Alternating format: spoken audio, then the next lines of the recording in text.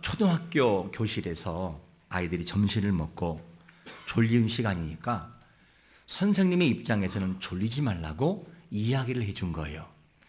이야기를 해주는데 선생님이 뭐라고 하느냐, 애들아 선생님이 재밌는 얘기 해줄게 그러면서 재밌는 얘기가 시작이 되는 거예요. 그랬더니 애들이 너무 좋아가지고 와 그러면서 좋아가지고 기다리고 있는데 애들이 물어요. 선생님 무슨 얘기 해줄 건데요? 삼행시인데 그 삼행시는 뭘로 할 건데요? 원두막, 이렇게 원두막 세 가지로 삼행시를 짓겠다는 거죠. 그래서 선생님이 그랬죠. 얘들아 너희들이 오늘 띄우고 선생님이 삼행시를 해볼게. 자, 여러분들이 한번 원두막을 가지고 오늘 띄워주시기 바랍니다. 크게 합시다. 시작. 원숭이 똥구멍은 빨개, 두 쪽 다 빨개, 막 빨개 이러면서 애들한테 했더니 애들이 깔깔깔대고 막 웃는 거에 재밌다고. 그리고 잠이 다 깼어요. 그 다음에 이 중에 한 아이의 생각이 뭐였냐면 이렇게 재밌는 삼행시를 할아버지하고 할머니에게 들려주면 좋겠다. 그래서 이 아이가 막 외우세요. 원숭이 똥구멍은 빨개, 막 원숭이 두 쪽 다 빨개, 막 빨개, 막 계속 외운 거예요. 안 잃어버리려고. 그리고 집에까지 이제 가는 거예요. 가는데 드레스 마침 할아버지를 만났네요. 그래서 할아버지한테 이 이야기를 해준 거예요. 원두막을 가지고. 그러면 할아버지가 깔깔깔 대고, 이야, 너 참 잘한다. 그 할아버지가 너무 웃겨가지고 내가 이것을 혼자 들으면 안 되지. 그리고 누구한테? 할멈한테 이야기를 해주면 좋겠다. 그리고 계속 외운 거예요. 원두막 해가지고 계속 외웠어요. 그리고 난 다음에 집에 가서 이제 해주려고 마음 탁 먹고 손을 씻고 밥을 먹고 난 다음에 어떻게 했을까요? 잃어버렸어요. 잘 잃어버렸잖아요. 연세드신 분들은. 그래가지고 잠을 자는데 갑자기 잠을 잔 늦은 시간에 그 생각이 나는 거예요. 할멈에게 하려고 했던 삼행시가 기억이 나서 벌떡 일어나가지고 할머니를 깨웠어요. 할멈, 내가 당신한테 얘기해 주려고 막 삼행시를 외워왔는데 지금 해도 괜찮을까? 그랬더니만 해보시오. 뭘로 할 건데요? 뭘 배웠어요? 원두막을 배웠는데 생각이 나야지. 원두막이. 그래서 원숭이 똥구멍은 빨개만 생각나가지고 원숭이 그랬어요. 원숭이로 삼행시를 짓겠다는 거죠. 그럼 할머니가 한번 그러면은 오늘 띄워봐. 내가 할게. 한번 이번엔 원두막이 아니라 원숭이로 시작. 원숭이 똥구멍은 빨개. 숭을 했는데 두 짝 다 빨개는 기억이 나 있죠. 그래가지고 한참 생각하다가 숭은 뭐냐? 숭악하게 빨개. 이렇게 돼버린 거예요. 그 다음에 이 생각이 나죠. 이게 아닌데? 이렇게 끝나버린 거예요. 여러분, 우리 인생길을 걸어가면서 이럴 때가 있어요. 잘 살아보려고 살았는데, 그리고 잘 살았다고 생각하는데 막상 살아보니 이게 아니었는데 후회할 때가 있어요. 여러분, 인생의 전반적인 부분을 한번 살펴보십시오. 우리가 인생을 어떻게 살아왔는지. 그리고 이제 막바지 16년도가 한 달이 채 남지 않았어요. 이 한 달이 남지 않은 이 세월 동안에, 이 시간 동안에 우리는 기억해야 돼요. 어떻게 살아왔는가? 16년도를 시작하면서 하나님 멋지게 한번 살아보겠습니다. 믿음의 기적을 체험하리라 표를 외치면서 우리는 걸어왔어요.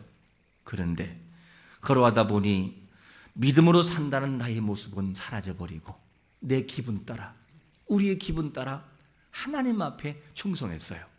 좋을 때는 충만했고 나쁠 때는 하지 않았고, 이게 우리의 모습이었습니다.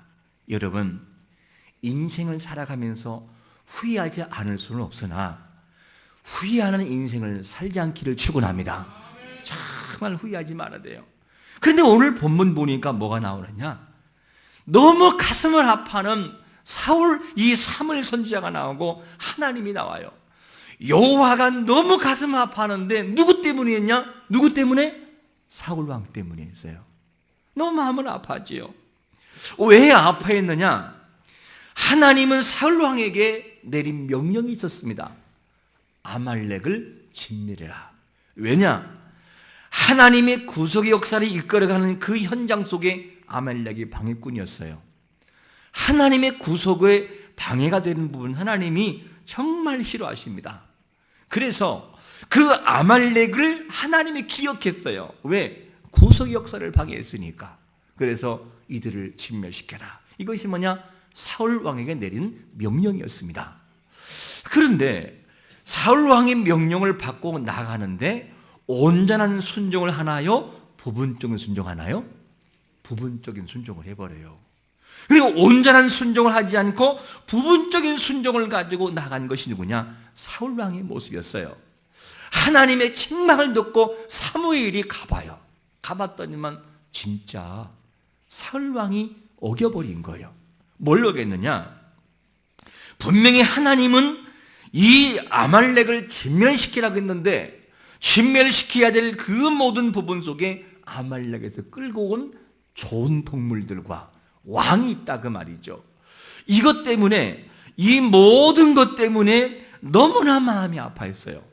이것으로 인하여 뭐가 되느냐? 사울 왕은 버려지게 됩니다. 이것을 바라보고 너무나 마음 아파지요. 이게 누구냐? 사무엘과 하나님의 마음이었습니다. 그리고 난 다음에 사무엘 선지자가 하나님의 명령을 받고 사울에게 가서 사울이 하지 못한 그것을 마무리를 져버려요. 뭐라고 하느냐? 사무엘상 15장 32절 이하를 읽어보겠습니다. 시작. 사무엘이 이르되 너희는 아말렉 사람의 왕 아각을 내게로 끌고 오라 하였더니 아각이 즐거이 오며 이르되 진실로 사망의 괴로움이 지났도다 하니라. 사무엘이 이르되 내 칼이 여인들에게 자식이 없게 한 것 같이 연중 내 어미에게 자식이 없으리라 하고 그가 길갈에서 여호와 앞에서 아각을 찍어 쪼개니라. 쪼갰어요. 여러분, 사무엘이 누구지요? 굉장히 사람이 선한 사람이에요. 선한 선지자였어요. 그리고 정이 많아요. 그래서 너무 정이 많다 보니까 그래가지고 이것 때문에 이 사무엘이 어떻게 됐냐? 완전히 너무너무나 화가 나가지고 아각 왕을 그냥 쳐부숴요. 그리고 아각을 그 자리에서 사울 분 앞에서 그냥 죽입니다. 이렇게 해서 사무엘이 하나님의 엄미한 심판을 대행으로 하는 것을 보게 됩니다. 여러분, 하나님의 거룩한 사역 속에서 순종하기는 순종하되 온전한 순종을 하시기를 축원합니다. 이 온전한 순종이 참 중요하죠. 그래서 이 결단이 있은 이후에 사무엘은 어디로 갔냐? 라마로 가버리고, 그리고 사울 왕은 자기 집 기브아로 돌아가게 됐어요. 그리고 이 사무엘이 죽는 날까지 뭐 하느냐? 누구를 안 봐요? 사울을 안 봐요. 죽는 날까지. 그리고 난 다음에 마지막 오늘 본문이 딱 끝나면서 하나님이 하실 말씀이 있어요. 뭐냐? 여호와께서도 사울을 향해서 뭐냐? 이스라엘 왕으로 삼으신 것을 뭐 했더라? 후회하셨더라. 이렇게 매요. 후회. 나함이라는 이 단어가 보면 뭔 뜻이냐? 한숨을 쉬다 그런 말. 한숨. 하고 한숨을 쉬다 그 말이에요. 그러니까 하나님 마음이 얼마나 마음이 아팠던지 한숨을 쉬어버리는 거예요. 그걸 바라보고. 하나님이 부족한 자를 세워서 이스라엘의 왕으로 초대로 세웠으면 사울 왕의 잘 감당을 해야 되거든요. 그런데 그 은혜를 모르고 헛되이 하나님 앞에 실망시키는 모습으로 나간 것이 누구냐? 사울 왕의 모습이었어요. 그러나 하나님이 왜 그렇게 서운했을까? 뭐 때문에 구체적으로 왜 그렇게 서운했을까?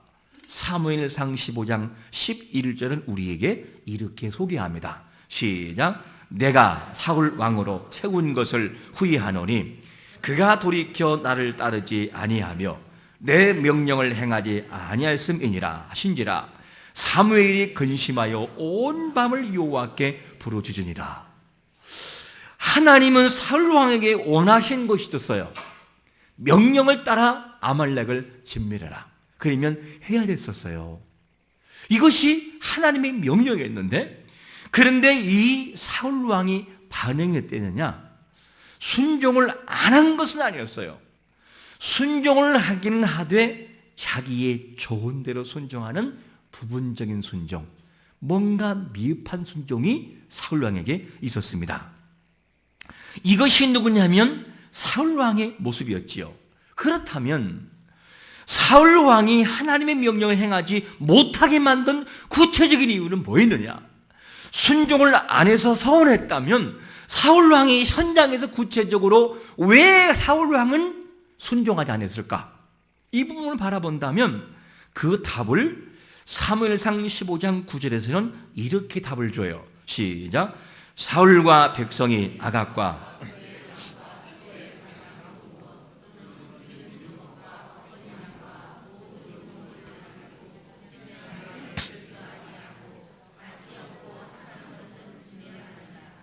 사울이 사명을 감당해야 할 현장에 투입됐어요. 어떻게? 명령을 받아 어떻게 하느냐? 아말렉을 진멸시키려고 갔어요. 갔으면 모든 전쟁을 마쳤으면 어떻게 해야 돼요? 남김없이 진멸시켜야 돼요. 진멸이란 말이 뭐냐? 씨를 남기지 말고, 씨를 남기지 말고 다 없애는 건 진멸이에요. 하나님이 그걸 원하셨거든요. 그런데 이 사울 왕이 뭐 때문에 마음이 흔들렸느냐? 딱 두 가지 때문이었어요. 가장, 즉 양과 소의 가장 좋은 것 때문에 마음이 뺏겨버렸어요, 그냥. 그리고 뭐가 있느냐? 기름진 것이 사울 왕의 마음을 흔들어 놓았어요. 와, 이거 죽이기가 너무 아깝다. 그러니까 사울 왕이 흔들렸던 건 뭐냐면 너무 보기에 좋은 것 때문에 하나님의 명령이 가려져 버리고 하나님의 말씀은 뒤로 가버리고 자기가 보이는 좋은 것이 뭘 만들었느냐? 사울 왕의 마음을 흔들었던 거예요. 그것이 뭐냐? 여호와의 명령을 거부했던 것이었습니다. 이 사건을 두고 하나님은 뭐라고 하느냐? 11절에 보니까 돌이켰다. 하나님으로부터 돌이켰다. 이 슈브라는 단어, 돌이켰다. 이게 무슨 말이냐? 슈브라는 단어가 보면 여러 가지 뜻이 있는데 돌아가다, 선회하다, 신앙을 버리다, 무효화하다. 그러니까 이 사울 왕의 모습에서 처음에 출발은 분명히 명령을 따라 갔어요. 현장에 딱 투입돼 버리고 현장이 막상 가버리니까 뭐가 흔들리냐? 보기 좋은 것 때문에 마음이 확 흔들려 버리는 거죠. 이것 때문에 해야 할 이 모습을 하지 못하고 돌아가 버리면 어떻게? 하나님으로부터 등을 돌리고 돌아가 버렸다는 거죠. 하나님은 이것을 이렇게 표현하고 있어요. 하나님의 명령 따라 순종하지 않았던 이 사울에게 나를 버리고 네가 갔다는 거예요. 이것을 엄하게 하나님이 책망하는 것을 보게 됩니다. 그러면 여러분, 이 모습이 사울 왕과 우리와 다를까? 진짜 다를까요? 사울 왕과 우리 모습이 다를 바가 없어요. 왜 그런지 아십니까? 사울 왕도 말씀을 듣고 현장으로 투입됐어요. 그런데 막상 가보고 난 다음에 그 마음이 흔들렸어요. 우리는 어떻지요? 말씀을 듣고 우리는 세상을 향해 우리는 갈 거예요. 세상을 향해서. 그리고 세상을 향해서 가고 있는 것이 우리의 모습이고, 사울 왕도 현장에서 보고 있는 것이 뭐냐면 보기 좋은 것이 보여서 마음이 흔들렸다면 우리에게도 세상이라고 하는 이 속에서 흔들리는 게 너무나 많아요. 그 세상이라는 현장에 가가지고 내가 저것만 얻으면 내 인생이 필 것 같고, 내가 저것만 나에게 취한다면 남들에게 굴복하지 않고 비굴하지 않고 내가 당당하게 살 수 있지. 저것만 나에게 있다면. 그리고 보기에 너무 좋아 보이는 것 때문에 우리의 신앙의 눈이 서서히 멀기 시작을 합니다. 양심의 눈도 막히게 되고 멀게 되지요. 그리고 난 다음에 누가 멀어지느냐? 하나님으로부터 우리는 멀어지게 됩니다. 그리고 그 모든 것 때문에 세상에 보이는 것에 마음을 뺏겨서 하나님의 명령은 뒷전이고 우리의 생각과 세상과 짝하게 되죠. 이것이 우리의 모습과 사울의 모습을 비교해 볼 때 다를 바가 없더라는 거죠. 여러분, 우리의 마음이 오직 하나님을 향하는 자가 되시기를 축원합니다. 우리의 마음이 빼앗겨서는 안 되지요. 우리의 마음은 절대로 하나님을 떠나서는 안 됩니다.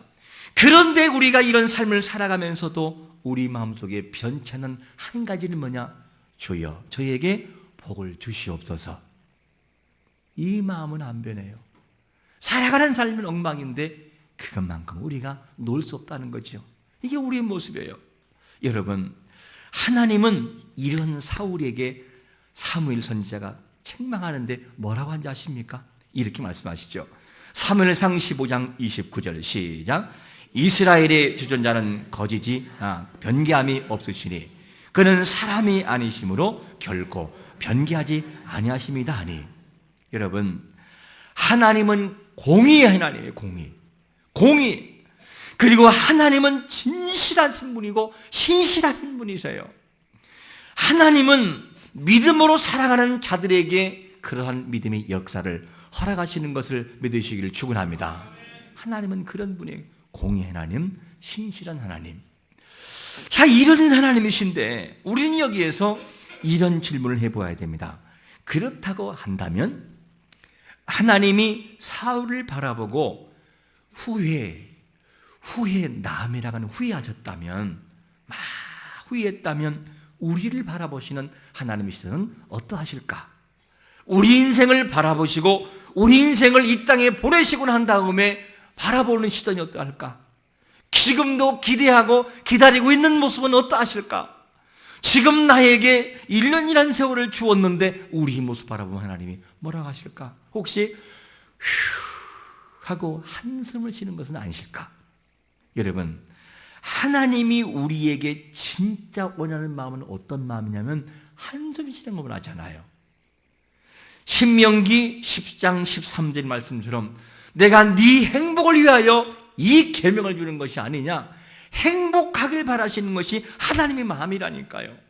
비록 죄악 가운데 떠나 곁길로 갔다 할지라도 누가복음 15장 이하에서 둘째 아들이 집을 나갔을 때에 아버지 심정은 어떡하죠? 아들이 돌아올 때까지 기다려요. 돌아올 때까지. 그게 아버지의 마음이라면 우리를 향한 하나님의 마음이 어떤 것일까? 여러분, 하나님이 우리를 바라보고 후회하지 않고 행복해 하시는 삶을 살아가시기를 축원합니다. 이게 하나님의 마음이죠. 이스라엘의 별이라 할 수 있는, 지금도 이스라엘의 국기에는 뭐가 있습니까? 별이 있어요. 다윗의 별. 이 다윗을 이스라엘의 최대 왕으로, 최고의 별로 세워놓아요. 그런데 이 다윗이 가장 행복할 때가 있었어요. 행복할 때가 언제냐? 여호와를 떠나지 않고 그분과 함께할 때.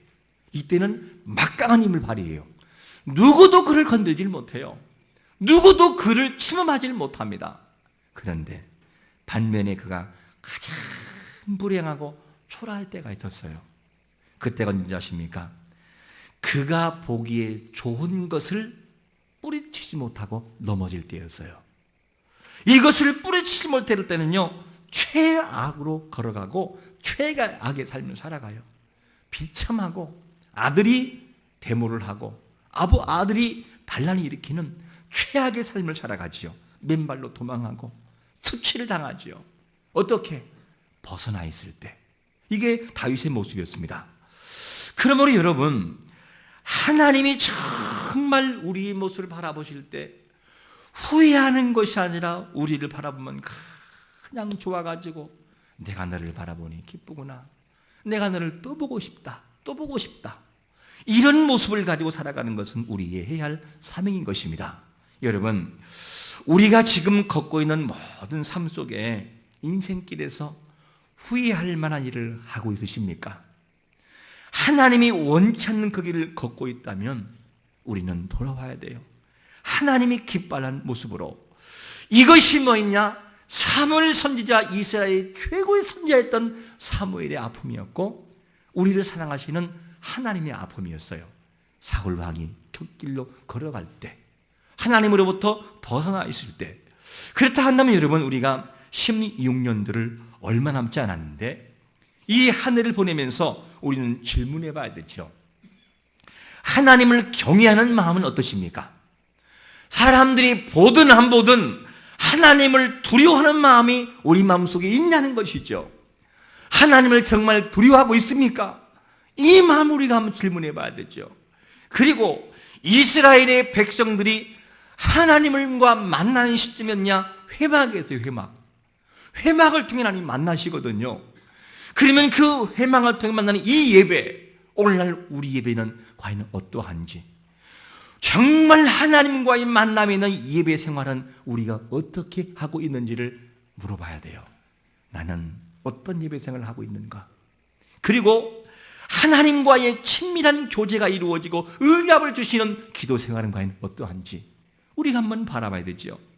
하나님은 정말 주시고 싶어요.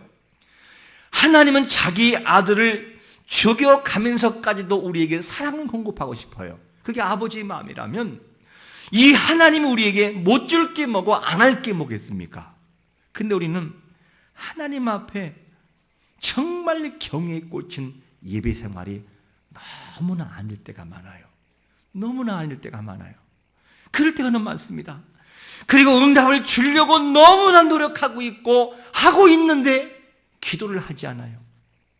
야베스의 기도에서 그 한 책에서 이런 챕터가 나오잖아요. 이 한 사람이 천국에 갔는데, 근데 베드로가 천국을 쫙 소개를 해줘요. 소개를 해주는데 그 천국에 어느 한 부분이 있어. 저게 뭐냐 했더니만 그거 알 거 없다고. 베드로가. 왜냐? 그거 알아봤자 당신이 좋을 게 없다고. 천국이 뭔 그렇게 비밀이 많냐고. 계속 이 마음속에는, 이 사람의 생각 속에는 뭐가 있느냐? 저 창고가 궁금한 거예요. 다 돌은 다음에 물어요. 저기 좀 소개해달라고. 나중에는 안 좋을 텐데 열어주어요. 그냥 얼마나 급하게 들어가는지 넘어질 뻔합니다. 존이라는 사람이 들어가서 보니까 그냥 땅에서 저 천장까지 빼곡하게 들어있는 빨간 리본에 흰 박스가 들어있어요. 그래서 물었어요. 이게 뭐냐? 하나님이 이 땅에 살면서 사람들에게 주려고 마음을 먹었던 모든 하나님의 마음이 저 상자에 들어있다. 그렇게 하니까, 그러면 내 것도 들어있느냐? 내 것도 그렇다. 존이 딱 풀어봤어요. 봤더니만 하나님이 이 땅에 살면서 기도하면 주려고 준비해 놓았던 여러 가지들이 다 들어있어요. 근데 기도를 안 한 거예요. 여러분, 하나님은 우리에게 주고 싶어서, 뭔가를 주고 싶어서 우리에게 행하시는 것이 있어요. 근데 기도를 안 해요. 안 해요. 어떤 때는 나와 상관이 없을 것처럼 보이니까, 어떤 때는 내 것이 아닌 것처럼 보이니까 나 같은 존재가 어떻게 저 큰 거를 가져? 라는 것 때문에 포기해버리죠. 여러분, 하나님은 우리에게 한없이 좋은 것을 주고 싶어 하는 것이 아버지 마음인 것을 믿으시기를 축원합니다. 그런데 기도하잖아요. 기도 생활 우리가 한번 봐야 되죠. 그런데 이 모든 것이 있는데 하나님은 우리에게 이렇게 주고 싶어 하는데, 또 보고 싶고 또 만나고 싶고 또 다시 보고 싶어 하는데 우리는 그것을 몰라요. 하나님을 근심하게 만들어요. 보통 성경에서 하나님을 근심하게 만드는 요소는 주로 어떤 것 때문이냐? 에베소 4장 말씀을 기준으로 볼 때 거짓을 행하고 마음에 분을 품고 도둑질하고, 그리고 남을 비방하고, 그리고 더러운 말을 하고 덕스러운 말을 할 때에 하나님이 근심한다는 거예요. 그래서 에베소 4장 30절에서 뭐라고 말씀하냐면 이렇게 말씀합니다. 시작. 하나님의 성령을 근심하게 하지 말라. 그 안에서 너희가 구원의 날까지 인치심을 받았느니라. 하나님은 우리를 보고 행복도 하시지만 근심도 한다는 거예요. 이게 아버지가 우리를 향한 마음이지요. 여러분, 사울이 후회할 만한 일을 하고 있을 때 하나님이 근심하셔요. 후회하셔요. 하나님이. 여러분, 우리가 이 모습을 바라보면서 하나님이 정말 우리에게 걷기를 원하시는 그 길이 있다면 우린 그 길을 걸어가야 돼요. 힘들고 어려워도 우리는 그 길을 걸어가야 돼요. 이것이 참 중요합니다. 그러면 여러분, 하나님이 원하고 가기를 원하는 그 길을 걷지 않고 다른 길을 걸어가고 있다면 우리는 돌아와야 돼요. 다시 원위치해야 됩니다. 그 길에서 벗어나 있다면 다시 돌아와서 하나님의 그 길을 걸어가야 되죠. 그러니까 하나님의 슬픔과 후회함은 뭐냐면 바로 그거였어요. 사울이 걸어갈 그 길을 걷지 않고 벗어나 있을 때 하나님은 후회하고 사무엘은 가슴을 치는 거죠. 이게 사무엘과 하나님의 마음이었습니다. 여러분, 우리를 향한 하나님의 본래의 마음은 어떤 마음입니까? 후회하는 마음이 아니라니까요. 가슴을 치는 사무엘 같은 마음이 아니라니까요. 하나님이 얼마나 이스라엘 사랑하고 우리를 사랑하면 스바냐 3장 17절에서 우리에게 아버지의 마음을 이렇게 소개해요. 시작. 너의 하나님 여호와가, 시작. 너의 하나님 여호와가 너희 가운데 계시니 그는 구원을 베푸실 전능자이시라. 그가 너로 말미암아 기쁨을 이기지 못하시며 너를 잠잠히 사랑하시며 너로 말미암아 즐거이 부르며 기뻐하시리라 하리라. 이게 아버지 마음이라니까요. 우리를 향한 마음이에요. 그런데 우리는 이것을 모르고 하나님의 사랑을 모르고 길에서 벗어나 있어요. 그러니까 하나님이 후회하시는 거지요. 여러분, 오늘로 이 사랑을 우리가 알아서 하나님을 후회하게 하지 말고 하나님 우리 때문에 기뻐하고 춤추고 싶은 마음이 들도록 정말 하나님 앞에 영광 돌리는 복된 성도가 되시기를 예수 그리스도의 이름으로 축원합니다. 아멘.